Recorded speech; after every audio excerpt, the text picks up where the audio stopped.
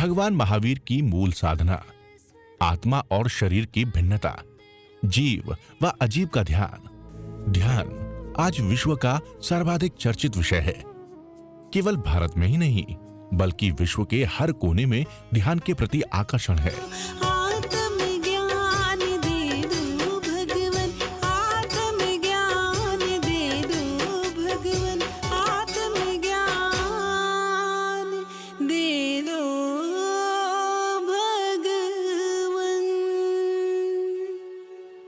प्रार्थना अर्थात विनम्रता, सरलता, ऋजुता, शुद्धता, पवित्रता के भाव आपके भीतर प्रार्थना भर देती है। आपने सुना, हमने अरिहंत परमात्मा के दिव्य गुणों को अनुभव किया, प्रार्थना की। प्रार्थना में कोई मांग नहीं होती। अक्सर लोग मंदिर में जाते हैं, गुरुजनों के पास जाते हैं, तप करते हैं, अनुष्ठान करते हैं, ध्यान भी करते हैं, परंतु उनके पीछे कोई ना कोई मांग रहती है। वो संसारिक मांग रहती है।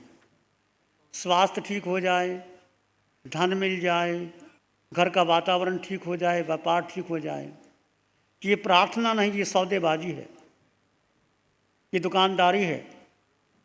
हमने प्रार्थना की, हमारी कोई मांग नहीं।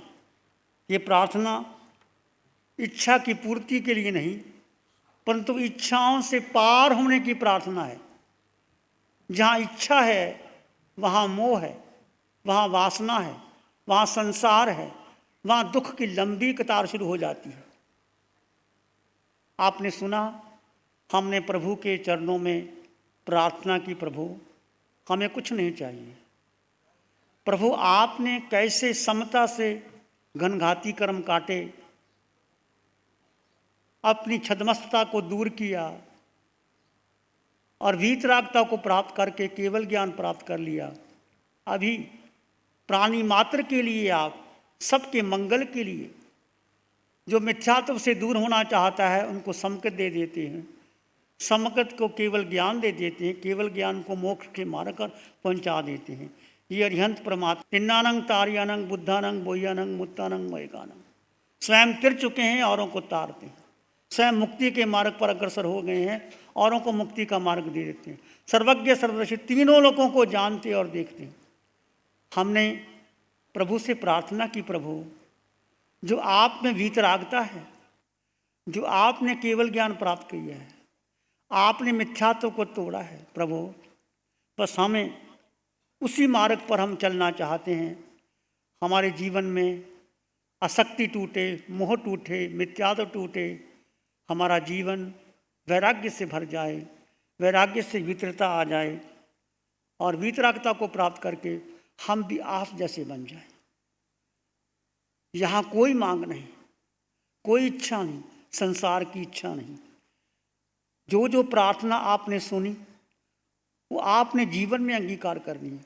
यदि प्रार्थना में कोई भी मांग है तो प्रार्थना अधूरी है, प्रार्थना का मूल्य नहीं। प्रार्थना में अपना समर्पण है, अपनी श्रद्धा है, अपना total surrender to almighty. Arihant परमात्मा से हमने प्रार्थना की, प्रभु आपकी वीतरागता को नमन करते हैं, आपने आपके पुरुषार्थ को नमन करते हैं। इस पुरुषार्थ से प्रभु आपने घनघाती कर्म तोड़े, हमारे भीतर वो पुरुषार्थ आए और हम भी आप जैसे बन जाएं। फिर सिद्धों की प्रार्थना, नमो सिद्धानम। सिद्ध भगवान जो आत्मा के अष्ट गुणों को, जो भीतर आपके भीतर है, मेरे भीतर है, वो प्रकट हो गए हैं, वो कृतकृत्य हो गए हैं, वो सिद्धालय में विराजमान है, वो ज्योति में ज्योत समा गए हैं, वो तीनों लोगों को एक साथ जानते और देखते हैं। प्रभु हम भी सिद्धालय प्राप्त करना चाहते हैं। सिद्धा सिद्धिं माम दिस्तु। हमारा वही लक्ष्य है, वही आदर्श है, वही प्रार्थना है कि हम इस संसार से उठ करके सिद्ध गति को प्राप्त। सिद्ध अर्थात जो हमने संसार में रह करके कोई कार्य कर रहे हैं वो हम सिद्धत्व को प्राप्त करें। फिर आपने सुना आचार्य को प्रार्थना। आचार्य कौन? आचार्य जो अरिहंत परमात्मा के बताए हुए मार्ग पर आचरण करते हैं, उनके बताए हुए मार्ग पर, उनकी वाणी पर, उनकी साधना पर, उनके तप पर, उनके ज्ञान पर, इस पंचम काल में आचरण कर रहे हैं। वो कोई भी आचार्य हो सकता है। उन आचार्यों को नमन करते हैं। ये पंच परमेश्वरी को किया गया नमस्कार मंत्र पूरी यूनिवर्स में आपको ले जाता है। यहाँ किसी आचार्य का नाम नहीं। नमो वज्झायानम, उपाध्याय को नमन। उपाध्याय जो भगवान की वाणी है, भगवान महावीर की वाणी है, वो उनके गूढ़ रहस्य हैं। वो उपाध्याय अपने ज्ञान के बल से, अपने साधना के बल से, अपने जीव और अजीव के प्रयोग से स्वयं उस वाणी को उतारता है और सबके लिए वो वाणी का प्रयोग करवाता है। ऐसे उपाध्याय को नमन। ऐसे साधु नमो लोए सब सावनम। साधु कौन? जो रिजु है, जो सरल है, जो जागा हुआ है, जिसके भीतर विवेक है, वो साधु। साधु का अर्थ नहीं है कोई वेश पहना हुआ है, कमंडलू लिए हुए है, मुख वस्त्र का धारण किए हुए है, नहीं। कोई भी साधु। भगवान से पूछा साधु कौन? असुत्ता मुनि जो जाग गया है, जो समझ गया है, संसार की निस्सारता को समझ गया है और आगे बढ़ गया है, वो कोई भी साधु हो सकता है। उसको नमन किया। आगे आपने सुना माता पिता और गुरु। मातृदेवो भव, पितृदेवो भव, आचार्य देवो भव। हमारी भारत की संस्कृति उस माँ को नमन करती है, पिता को नमन करती है, गुरु को नमन करती है, जिसने हमें जीवन जीने की कला सिखाई, जिसने हमें बड़ा किया, ऊंचा किया। तो हमारी भारत की भगवान राम माता पिता और गुरु को नमन करते हैं। भगवान राम भी माता पिता और गुरु को नमन करते हैं। संत तुलसीदास कहते हैं प्रातः काल उठी के रघुनाथा, प्रातः काल उठी के रघुनाथा, मात पिता गुरु नावहि माथा, मात पिता गुरु नावहि माथा। भगवान राम, भगवान महावीर, कृष्ण सभी उठ करके माता पिता और गुरु को नमस्कार करते। आप कितने बड़े हो जाओ बच्चों, चाहे आप बड़े से बड़े ऑफिसर बन जाओ, डॉक्टर बन जाओ, वर्ल्ड क्लास का आपको कोई पद मिल जाए, बड़ी बात नहीं।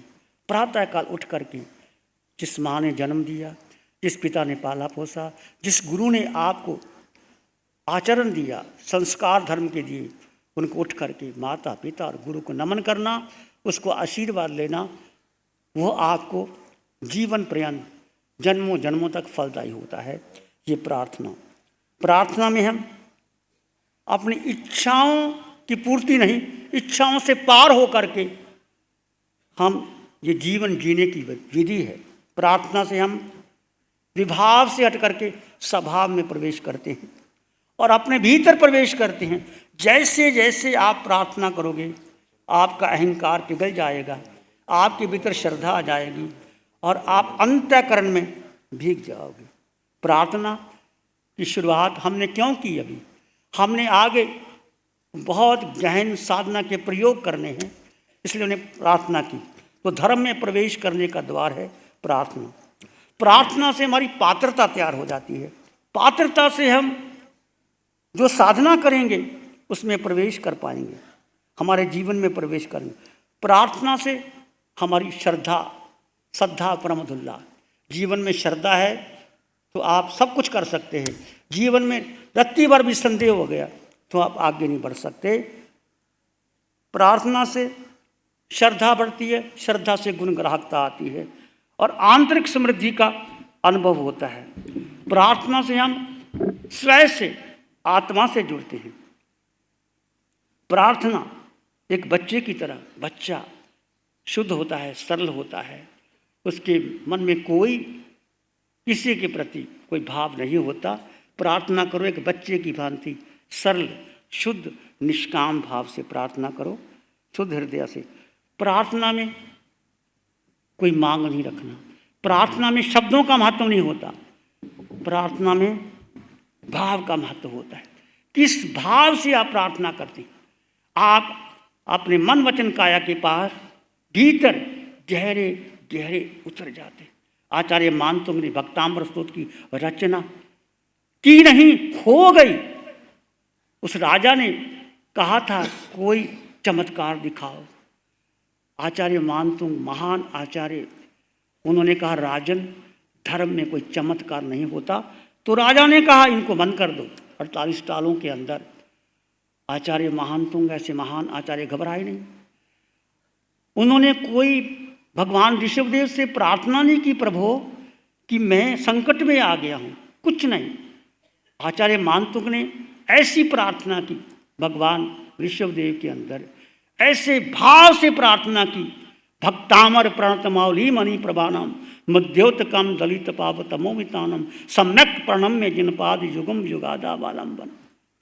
एक एक श्लोक से ताला टूटता गया, जंजीरें टूट गई, बाहर आ गए। वो प्रार्थना उन्होंने कोई बनाई नहीं थी, कोई रची नहीं थी, अंतर हृदय से वो भाव उमड़े। भक्तामृत तैयार हो गया, कल्याण मंत्र स्तोत्र तैयार हो गया। ऐसे मैं और आप जब आप ध्यान करते हैं, जब आप स्वाध्याय करते हैं, जब बच्चों आप पढ़ते हो, तो 5 मिनट ही बैठ करके जिसके प्रति आपकी श्रद्धा है, चाहे वो गुरु है, चाहे महावीर है, चाहे बुद्ध हैं, राम हैं, कृष्ण हैं, अरिहंत परमात्मा सिमंदर स्वामी भगवान हैं, उनको सामने ला करके भीतर बिठा करके अपने हृदय के भावों से नमन करना, कृतज्ञता ज्ञापित करना, श्रद्धा से भर जाना।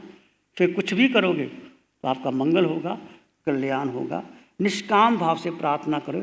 प्रार्थना धर्म की पहली सीढ़ी है, शुरुआत है। प्रार्थना से हमें आनंद, शांति, ज्ञान, प्रेम, अमृत भीतर बहता है। ये प्रार्थना का महत्व है। भगवान शिविर तो बहुत सारे किए हैं मैंने। अब ये साधना अच्छे से समझ में आने लगी है। कैसे कर्म काटना, कैसे कर्म बंधना है, ये समझ में आने लगा है। कैसे निर्जरा होगी, ये समझ में आने लगा। राग द्वेष की ग्रंथियाँ कम होने लगी है, कषाय टूटने लगे हैं भगवान। बस इस मार्ग पर चलते हुए बस एक ही समझ में आ रहा है कि मोक्ष पाना कैसे है, उसका पुरुषार्थ कितना करना है। बस पुरुषार्थ समझ में आने लगा भगवान। ये सब आपकी कृपा से ही संभव हुआ है। ऐसी कृपा बनाए रखें भगवान।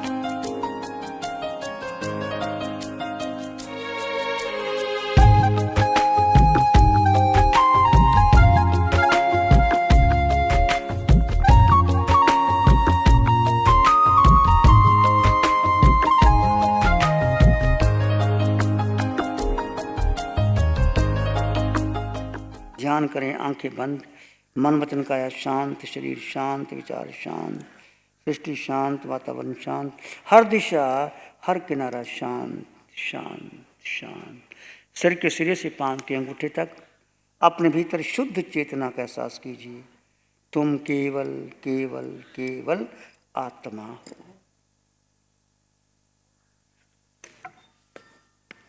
आते जाते श्वास को जानो और देखो।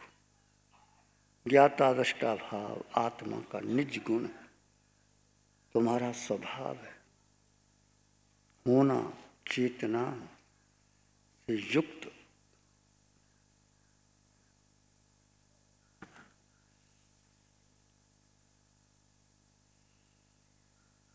और भीतर गहरे चले जाएं। कोई विचार, कोई संस्कार बीच में बाधा ना आए।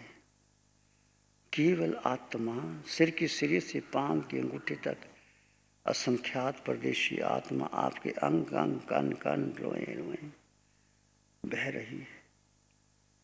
जब जब विचार आए, आते जाते श्वास को केवल जानो और देखो। कोई प्रतिक्रिया ना करो।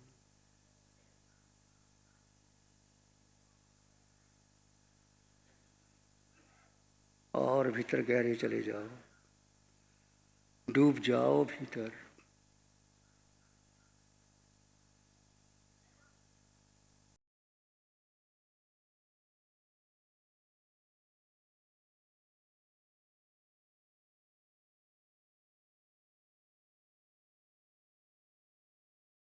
इसी में एक लंबा गहरा श्वास लें।